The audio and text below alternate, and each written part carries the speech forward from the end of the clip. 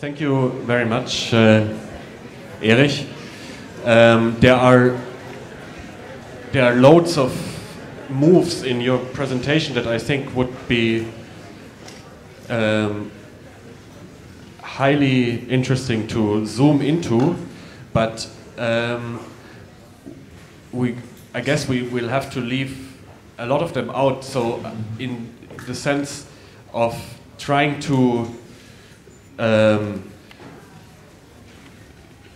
encircle some of the commonalities also between what we've heard from both of you, I would like to immediately jump into a sort of immediate problematics that I think always overshadows any of these discussions, particularly at the technology-ecology nexus, but I do not attempt now to go into the deep grounds of these dichotomies and what it means to undo them, but rather let me go back to the late 40 momentum when you said that the milieu became the condition. I think one of the reference points also in trying to work out a narration of these shifting, tilting, tipping points and images has been Deleuze's description of the shift to the societies of control, and there's also a couple of beautiful terms that he uses in relation to the milieu, no? And I just want to invoke that briefly because I want to get somehow at how you feel about some of this today. No? Like, so let's say, I think, if I'm not mistaken, it's the very end of this little text by Deleuze that tries to describe part of that grand, the effects of that grand transformation, namely the effect of a world made out of enclosures and disciplinary institutions, from school, army, hospital, to literally segmenting everything in the life, in the biography of a person, but also in the organization of political power in a state, towards forms of modulation, where sort of a permanent modulation is at stake that leaves us also with concepts such as permanent learning, and he polemically ends this text with this metaphor saying, everywhere already sports has been replaced by surfing. No? This is a very apt metaphor for our California theme, of course, and also because the waves break back onto us. Now, most of what you have described as leading towards the general ecology could polemically also be called a grand anti-Cartesian conspiracy. No? It's like if one allows oneself to say that this the correspondence to the disciplinary institution and the enclosure is the Cartesian dichotomies and this kind of passive matter out there, subjective insight in here, etc. And it seems that really all forces have joined after the war, the Second World War, to exercise that heritage in almost to the degree that we could say that figures that have become so important for thinking through these topics as this Studium Generale is, like Donna Haraway, that one wonders sometimes, at least I do, in terms of trying to understand, you know, the directionality, the mapping of the discourse of where does the further dismantling of these dichotomies, boundaries lead us, right? Do you want to comment on this? The first, I would say, I don't know where it leads us, but it tells at the first, it is a moment in history where we are told in a very strong way where we are coming from, and this is a very important thing. I would even go more back until Plato. For Plato, the difference of inside and outside was the key difference, opening up everything in a way. So it tells us the first. It tells us where we are coming from, and where the traditional conceptions, modes of descriptions are not working anymore. That means not everything new. That just means that maybe they never worked, but we see it now. That's the moment. What is das Jetzt der Erkennbarkeit, the now of cognizability, like what the Benjamin said. That shows us that maybe always already, Latour would say, it was not true. How we described what is. I mean, I don't want to go deeper into this, but I think this it was not when it was an anti-Cartesian or whatever conspiracy. We or all the guys like Deleuze and the others were forced to do it in a way because it was not tenable anymore to describe with or to going on with traditional ways of describing. That's the point, I think. And what we call the ecological crisis is another very important part. Another important story, in a way, exposing this kind of untenability to us. Diederich, in terms of the radical critique of the counterculture and sort of the fate of forms of power, how would you describe that those stations you have? Let's say, how do you see the echo today of what you have shown us or talked about? I mean, in the light of the discussion that we have right now, I mean, it's the distinction between the famous postscript to the Society of Control by Deleuze is overshadowing all history writing of the counterculture in a way that has become boring. I mean, there are authors like Thomas Frank and others who are constantly rewriting the history of the countercultures as dissecting how every move of it was preparing tools of power of today. How every act of liberation, every act of sexual liberation, of creative liberation, or the things were called by lots of words that are no longer viable, that are all compromised and not useful anymore. How that has just helped to design tools of surveillance, tools of new forms of labor, new forms of especially living labor. And of course, these observations are not completely wrong.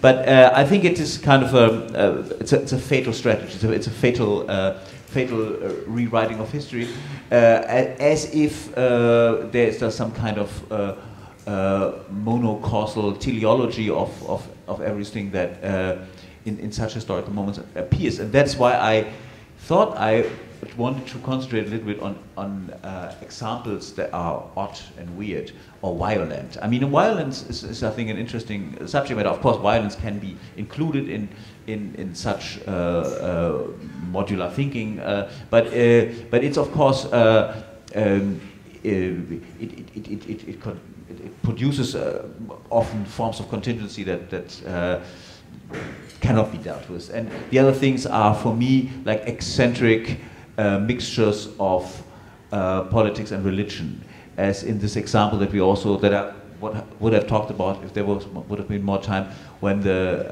yippies and people like the Fox, Ed Sanders, Allen Ginsberg went to the Pentagon and developed a ritual where they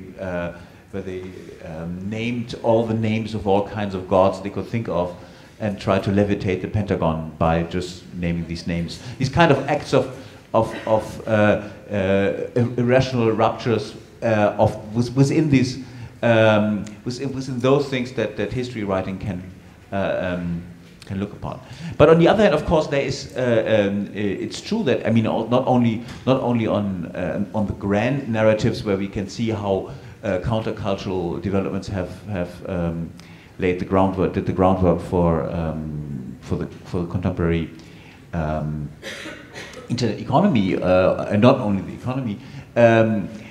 Also on many of those, Deleuze would say, molecular levels, you have this diagnosis is completely true, and so yeah. I mean, if you said where does it lead us? I mean, what do we have in your in mind? That it is a problem where this, or asking where do this destruction, where is this destruction of dualisms and so on leading us? And the thing would be then, okay, this means not, of course, tearing down all differences and so on. It's, I mean, the motto of this Studium Generale is ecosophical cartographies, and I think what, for example, that Gabriëlle wanted to point out with this notion of cartography was, I mean, going away from the traditional strategy, having the big conceptual highways, so to speak, where you just cutting through the world or whatever. I mean, I'm lost a bit in my metaphor now, but cartography is quite a very different style. What I do, for example, with my students in Bochum in the first semester, we are just discussing notions that could be important for the description of our contemporary world, and they get their grade when they show me, and they could do it, of course, together in a group, cartographies or maps of conceptual maps. Some of them are really weird, I have to tell you, and paranoid, but they have to draw, at the end, conceptual maps as kind of essays of description. And yeah, very good. For them. Yeah. So this is where it leads us. It's a new strategy. One of the interesting moments in this shift that this is described sort of bracketed by cybernetics and the rise of ecology on the one hand, and the countercultural project on the other, is a sort of shift in approach to psychology and the unconscious. No? This is a very grand kind of reversal as well, like in the sense of that the no longer is that steam, how would it call it, kettle, no? Steam kettle, to be locked up at all price, but it is invocated. It's like the example that you just mentioned of the exorcism of the evil demons in front of the Pentagon. It is called upon as a source of liberation and genuine freedom, liberation of conventions, self-realization, etc. And I wonder, Erich, if you could briefly share your thoughts. When you, in your universe, there is a very I was just interested if you could tell us where do you think it has gone, because in your description there is somehow a very present the way in the moment in which computers started to be able to to perform operations of logic that are by most, let's say, very commonly not brought in connection with the irrational or with nature, right? I just wanted to you to paint us a picture of how these three things, an old idea of nature, let's say a Walt Whitman idea, the calculating computer and its new capacities of doing things, out of which the algorithmic world today emerges, and that thing that is the unconscious and the irrational. How do these three? You don't have to map it all out, like, because it's not the idea that you present as one of the cartographies here. Just a speculation, I think, because these are still monumental, like these are still monolithic categories. These three kingdoms. I mean, that's a difficult question. Of course, maybe the biggest you could have asked.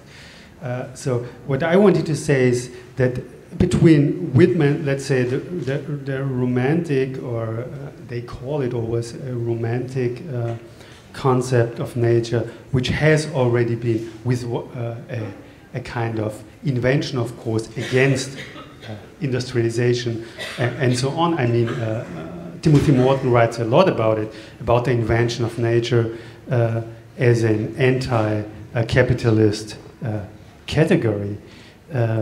So when we speak about this notion of nature and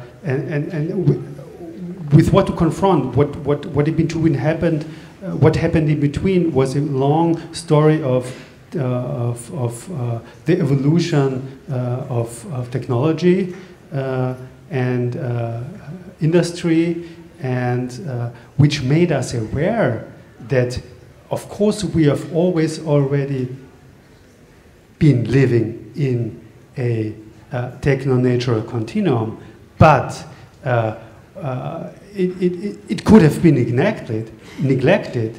I mean, the relation of a human to a tool is a different story than being enshrouded in clouds of data or something.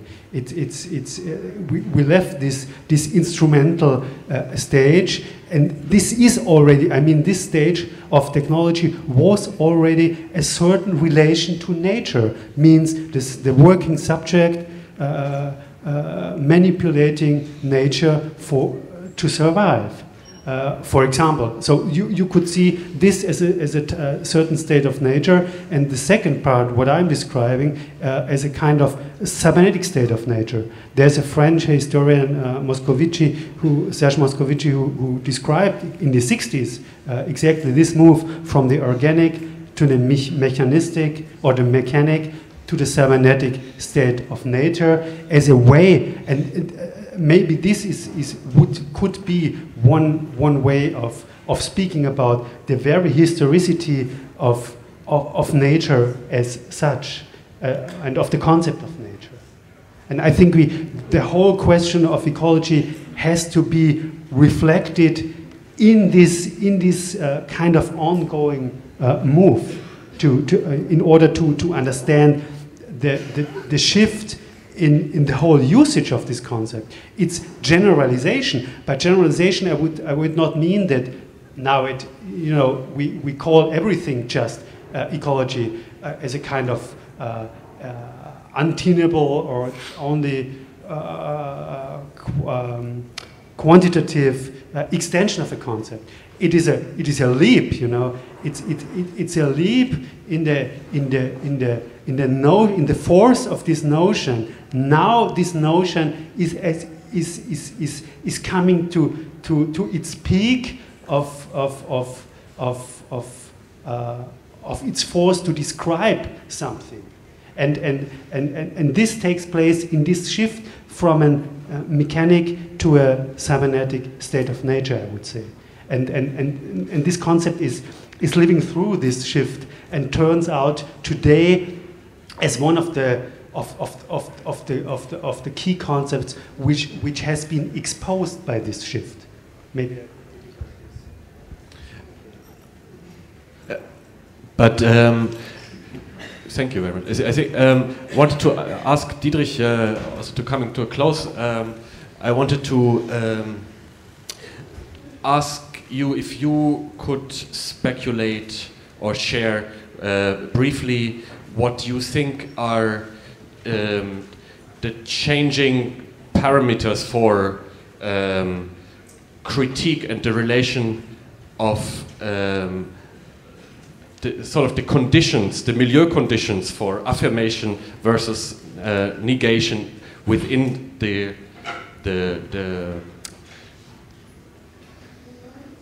spell, let's say, of the blue marble. I mean, one observation in that context that already, I think, dates back to the late 90s or other, with some traces even earlier, is how far the arts, which, especially the visual arts, were classically a source of radical critique or of gestures of negation, of gestures of cutting communication relations, becoming opaque, becoming indecipherable, and things like that, have become so reasonable. How they become so socially sane, so useful. Not useful in the sense of, not instrumentalist, I'm not saying that, but useful in the sense that they actually do, there's not only a tendency, there's a desire to connect and to become part of larger wholes, or not even larger wholes, of networks, of constructions, of non-hierarchical constructions, of issues, of also historical narratives, and so on. So there is this kind of, where there was, let's say, Jim Morrison, there is now a Gardner, or something like that. That is maybe the history of the last 50 years of art practice. But on the other hand, the gesture of negation, of be it, let's call it absolute negation or relative negation, both of them, in the Hegelian sense, they both have survived elsewhere. They have survived in, I would say, also in other arts, or in non-explicit components of art, as for example in sound, or they have survived in politics pure, in politics proper, not in party politics or representational politics, but in politicization processes proper. There you have that, and it's not always a pleasant sight. It's not always the future of what we would call political. But if yes, I was just about to. If you think of what I think is a great film about a lot of things that we've just talked about, is the new film by James Benning, which is about the so-called Unabomber. Which would be an example. It's a film in which he has shot the cabin of the Unabomber in nature. Yeah, in nature.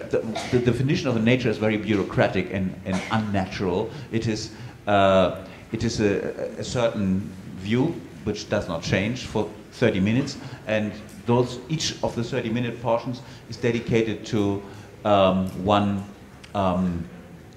season. It's spring, autumn, winter, summer, and so in the foreground you see this hut, this little shack, and then you see a landscape, and since you have 30 minutes of each of those shots to look at it, you see a lot of proto-ecological working together happening there. But for the first 50 minutes of each 30 minutes, you hear diaries, excerpts, letters, and others from the Unabomber, from Ted Kaczynski, read to you. And these are the mind somehow lost, and being deeply trying to connect with the nature around him in a non-instrumental way, because he loves nature, he protects nature against instrumentality and technology, but not being really able to it failing with it, failing in making decisions like, should I kill the squirrel or not? Should I eat the squirrel? This is a pregnant squirrel, can I eat it? So things like that. Always failing with that, and that is always combined with the aggression, the dreams of how computer shop owners, how their bodies explode. And so that would be an example. Thank you very much. 2 questions, and then I think we are advanced in time, so we'll keep it short. Diederich Dieriksen is leaving us. Erich HÖRL stays with us, so for those who have questions later, we will, in the next 2 sessions, also slow down a little bit and have more images for the eyes to rest on, but it was important to unpack a certain spectrum in the beginning. One question was over here.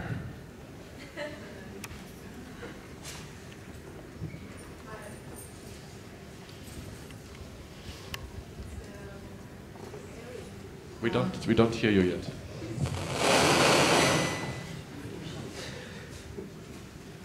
Okay, now you hear me? You hear me now? Yeah, it was very wonderful to hear you, both of you, for me, this development that you drove from the 90s to now, from Felix Guattari. And my remarks spontaneously came when you put the question, somehow, that I heard, of the human, or the human unconscious. Maybe I'm not sure. But well, it's very emotional for me, but to say that. But the notion of the aesthetic paradigm, it's not 92, it's 89. In the conversation with me. Yeah, it's the passage to aesthetic part, and it's a long conversation, didn't start in one day. And I think that we have to put into the conversation Francisco Varela for that. And the difference of a computational world that Francisco saw, which had to be, you know, neighboring and catching, like, and not the 0-1 and so on and so on. So this was a long conversation. And indeed, and incidentally, one of the things was that I was working at the time on the aerial maps taken by the German aeroplane in 1917 and reproducing them machinically, and this was a part of, this is what's so amazing for me. Because already 1917 is a point where we are shocked by the fact that we can look. And Rosie Hoon then wrote about the armed eye. I don't know if you know about this. This is the 90. So one of the things that was important in the discussion and that Felix Guattari insisted upon was, in the exchange, it was the partial objects. But in general, partial objects. But the context is also the partial subject. And the unconscious of it was not only cognition, the logic, the philosophy, but how a human being interprets its own universe, and how are we in contact with full objects, full subjects, or part objects in our partial subjectivity. And so one of the things was indeed the schizoanalysis, which means that we cannot anymore hold to the big notions. We cannot say, this is because of my father, or because of this, or because of that, because we have no way anymore on the quotidien, on the everyday level, to know what entered our psyche. And another mode for that was therefore the notion of the subject as producting, the productivity of the healing process versus catastrophe. So I just wanted to add that to the conversation, which is already a wonderful conversation. Thank you for this. This is quite impressive. The thing is, I mean, that's exactly the point I would say that had to be added. Because why I, for example, I'm so that much interested in technical objects is not because I love technical objects, but coming from Guattari in a way, they interest me as objects, as these objects which are in a way constitutive for the object relations we have today. And they are, of course, partial object relations. And the philosophers or the media theorists, they call this distributed this or that, but what they call today distributed objects is in a way, is just a new notion for an old thing. What Guattari, of course, in a clinical sense, but not only, took as a partial object. And I'm interested in this as a figure of the culture of sense. Therefore, I'm focusing these technical objects. But that's exactly the way one have to, and then you have to bring it together. The relations we have to objects, or the object relations that making us up or making up our kind of subjectivity, that is also partial. I mean, and in the video installation Angela made with Maurizio Lazzarato on Guattari assemblage, they start with this picture from Deligny, an autist rolling the stone, and I mean this kind of play, that's kind of making up sense in a way which is not, that is not meaning by a kind of object relation. Yeah. We'll actually hear Angela right after the break, if you're okay. I think it makes total sense. And also Angela had planned to refer to Varela and the notion of the machinic by Guattari further. So I think that will be perfect for us in terms of going further in this direction. But right now, Angela has a question to.